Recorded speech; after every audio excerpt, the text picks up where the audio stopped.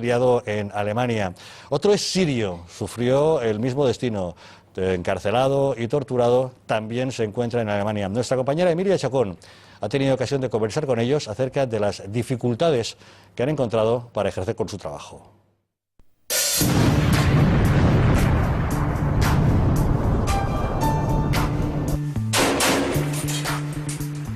2014 ha supuesto un antes y un después para los periodistas en conflicto. Son un objetivo de guerra y propaganda para los terroristas. Sufren secuestros, amenazas, decapitaciones.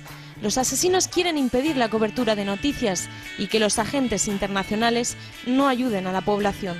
En algunos países como Irán, los periodistas siempre han vivido bajo estas presiones. Una gallina que le degollan tanto en la fiesta que en la ceremonia del luto, o sea, cuando están contentos o cuando no están contentos. Siempre tiene que pagar la gallina esta. Entonces, nosotros como periodistas, lo mismo nos pasa, porque cuando la República Islámica quiere llegar a un acuerdo con países occidentales, si hay buenas noticias también en las negociaciones nucleares, también otra vez detienen a periodistas. Ghessan Merabi lo ha vivido en primera persona. Periodista y parlamentario iraní, fue detenido en 2010 y condenado a 1 año de prisión. Me detuvieron por colaborar con los medios de comunicación extranjera que emiten programas en persa desde fuera de Irán, algo que las autoridades iraníes consideran como espionaje, y precisamente a eso, por eso le detuvieron. Me dieron palizas durante este tiempo, me torturaron psicológicamente y físicamente, te hacen sufrir por las cosas que te dicen, por las amenazas a ti y a tu familia. Su familia también recibió amenazas, es lo que llaman en Irán el caso del castigo familiar. En la actualidad vive con su mujer en Alemania, donde el gobierno le concedió la residencia por razones humanitarias. Ghessan denuncia que con la llegada al poder en 2009 de Mahmoud Ahmadinejad la represión aumentó. En los últimos años, Irán vive sumido en un tira y afloja con Occidente por su programa nuclear de enriquecimiento de uranio. Sobre el país pesan varias sanciones que solo están afectando a la población. Preguntando a los parlamentarios en su tiempo, ellos decían que las sanciones no nos están afectando porque nuestro sueldo no se ha bajado. Y dice que con la bajada del precio del petróleo durante esos tiempos hay todavía un poco más optimismo entre el pueblo iraní, a ver si esto pueda servir de una palanca de presión contra el gobierno iraní. Además, no cree que el gobierno iraní llegue a materializar sus amenazas. Cada 2 años, cada 1 o 2 años, las autoridades iraníes han hecho amenazas de este tipo. No creo que las autoridades iraníes quieran entrarse en una guerra de esta envergadura, con un enfrentamiento de esta envergadura con Occidente. Porque si Occidente maneja bien y administra bien, maneja bien las negociaciones, puede llegar a un acuerdo con las autoridades iraníes. Y culpa a Khamenei, líder supremo, de que las negociaciones estén estancadas.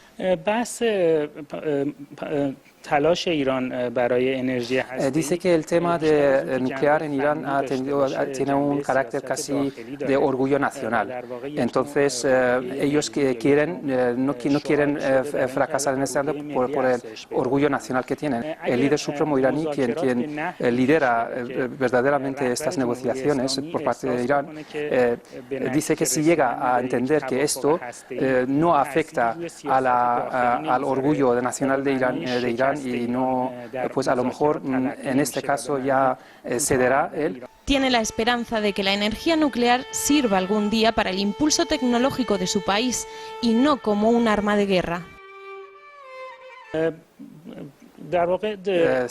Nació durante la guerra entre Irán e Irak. Entonces, Irán quería tener una garantía contra las amenazas y durante la guerra contra el enemigo. Por eso querían tener una energía, una fuerza nuclear, una bomba nuclear. Pero a partir de entonces, durante la presidencia de Hashemi Rafsanjani y Mohammad Khatami, esta idea cambió y ya han empezado a pensar sobre el desarrollo tecnológico de Irán.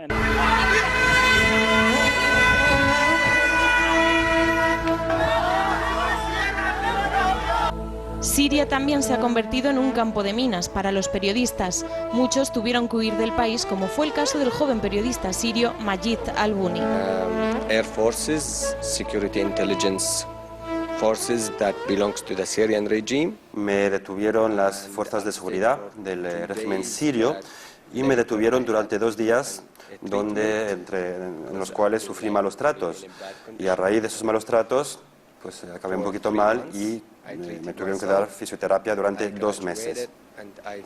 Yo decidí graduarme y pensé que esto ya era suficiente porque realmente soy lo que llamaríamos coloquialmente bocazas. Me gusta criticar, me gusta la sátira, me gusta hablar mucho y eso en Siria no es posible. En la actualidad vive en Alemania, desde donde sigue en contacto con periodistas y activistas sirios. Entiende que haya países como Japón que hayan prohibido a sus periodistas viajar a Siria a cubrir el conflicto. Sad. Me siento un poco triste respecto a esto, pero también lo entiendo que tengan miedo para la vida de los ciudadanos japoneses, pero sí que pienso también que si alguien desea ir a cubrir estas noticias sobre el terreno debería poder hacerlo. La población sufre por un lado la represión del régimen de Bashar al-Assad y por otro el extremismo de una oposición dividida que no ha sabido defender los intereses de los ciudadanos. El país se ha convertido en un imán de los grupos extremistas. La primavera árabe es un fenómeno que sigue desarrollándose, pero sí que han intentado robarnos un poco el concepto. La verdad que hay muchos intereses que entran en juego, especialmente de los partidos políticos, y hablando de mi propio país, de Siria, que tiene cierta importancia en la región por su papel demográfico. Hay muchos intereses políticos de actores internacionales que entran en juego y es cierto que ha generado muchos conflictos diferentes.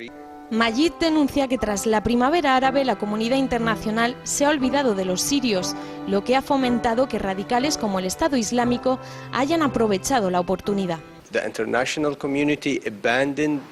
Es verdad que después de la primavera árabe, la comunidad internacional ha abandonado un poco a la gente, a los ciudadanos de a pie en estos países y la reacción ante la violencia pues, es que se fomenta el extremismo y el yihadismo.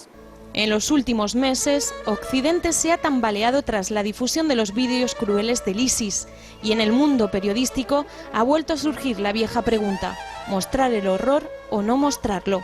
Tanto Majid como Ghessan lo tienen claro. Sí que se tendrían que emitir, pero siguiendo ciertos códigos de conducta para los periodistas, advirtiendo de las crudas que son las escenas gráficas.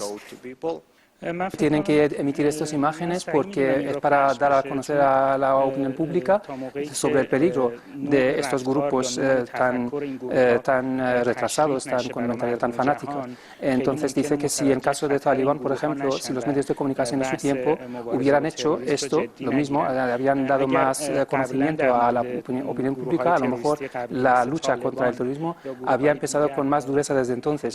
Ambos periodistas se imaginan volviendo a sus países, pero en un futuro todavía muy lejano. Mientras no haya cambio en el liderazgo de Irán, en general el liderazgo del líder supremo y sus políticas, dice que creo que no habrá libertades para los periodistas y por eso no creo que pueda volver hasta entonces a Irán. Cuando vea que pueda hacer yo mucho más desde Siria que lo que hago ahora desde el extranjero, cuando vea que estando allí podrá ayudar todavía más a periodistas y activistas. Ahora mismo no es el momento, obviamente, para volver a Siria, pero sí que lo tengo presente día tras día. Siria e Irán solo son 2 ejemplos de las guerras a las que se tienen que enfrentar los periodistas para informar al resto del mundo. En lo que llevamos de año 2015 ya han sido asesinados 13 periodistas y 165 encarcelados.